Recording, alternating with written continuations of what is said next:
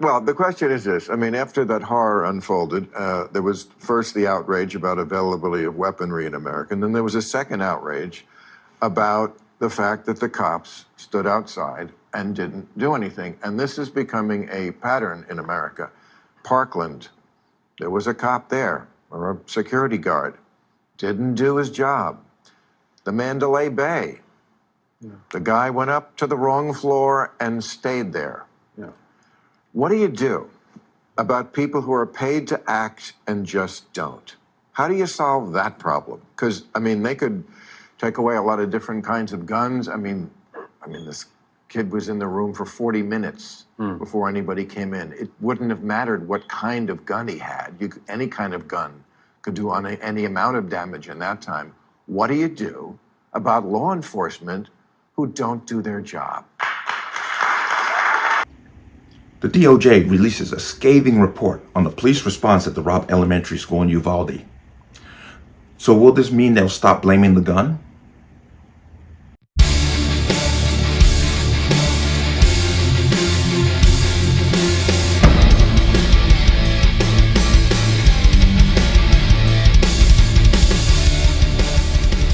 Welcome to another installment of the Connecticut Gun Bench. Today's video is brought to you by P.A.N. Firearms, LLC. P.A.N. Firearms NRA certification and multifaceted gun training. You can reach us at 203-300-6343 or use our website at www.panfirearmsllc.com. As always, there'll be a link in the description box below. And if you like channel, like content, and what I do here, you can support me with a link. Everything is appreciated. PSA Connecticut residents, if you plan on getting your Connecticut pistol permit, please get the training done before July 2024, because then after that it gets longer, harder, and more expensive. If you have your permit, watch that expiration date. Don't let it expire. There's a link to the online renewal portal for pistol permits in the description box. Take advantage of that. Don't let it expire. Let's talk about this. Now, we remember what happened out there in Uvalde, Texas, at Robb Elementary School. Once again, a disturbed individual shot 19 children and 2 adults. Now, as the details started to unfold and the images were released, we started to see a very serious problem with the police response to the situation. The shooter was allegedly locked in a classroom for 40 minutes, and the police did nothing. Now, the DOJ, after their investigation, has released a report, and it is scathing to say the least when it talks to the police and their response. I want to come into here. DOJ finds cascading failures of leadership in Uvalde police response to Robb Elementary shooting. A report released Thursday, President Biden's Department of Justice cited cascading failures of leadership in the Uvalde police response to the May 24, 2022 shooting at Robb Elementary School. The Texas Tribune noted that Uvalde attacker legally purchased 2 rifles just days before the shootings. Expensive rifles. This dude was broke, living with his parents kind of deal. I'm still asking questions how he panned out that much money. But hey, he used one of the rifles in an attack, killing 19 children and 2 adults. On January 18th, the New York Times reported the DOJ found the Uvalde police response was not up to par, with the most significant failure being the decision to treat the incident as a barricade situation instead of an active shooter situation.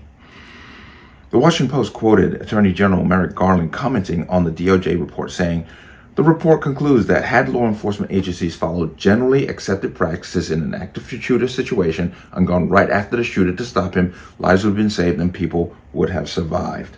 Now, on June 20, 2022, Breitbart News pointed out that officers were inside the elementary school 19 minutes into the attack, but did not enter the classroom where the gunman was located until nearly another hour later, according to KVUE.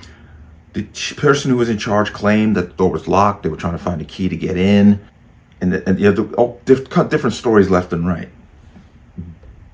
But Garland stressed, as a consequence of failed leadership, training, and policies, 33 students and 3 of their teachers, many of whom had been shot, were trapped in a room with an active shooter for over an hour as law enforcement officials remained outside.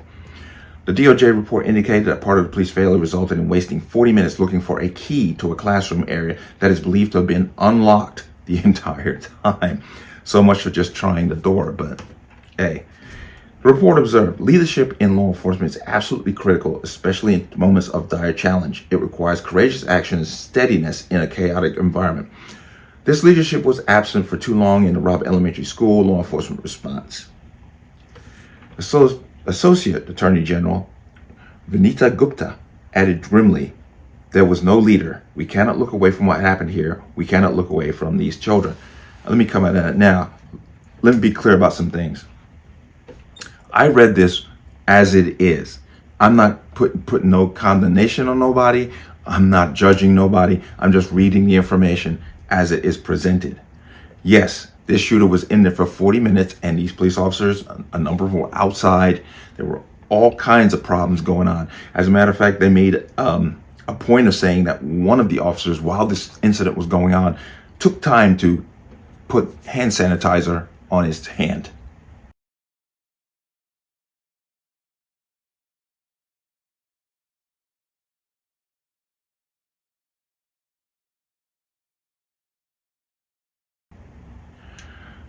Now, I'm not going to tell you that I'm, because if I say this, someone could be like, oh man, you're a bootlicker. No, I am pro-police because we need law and order.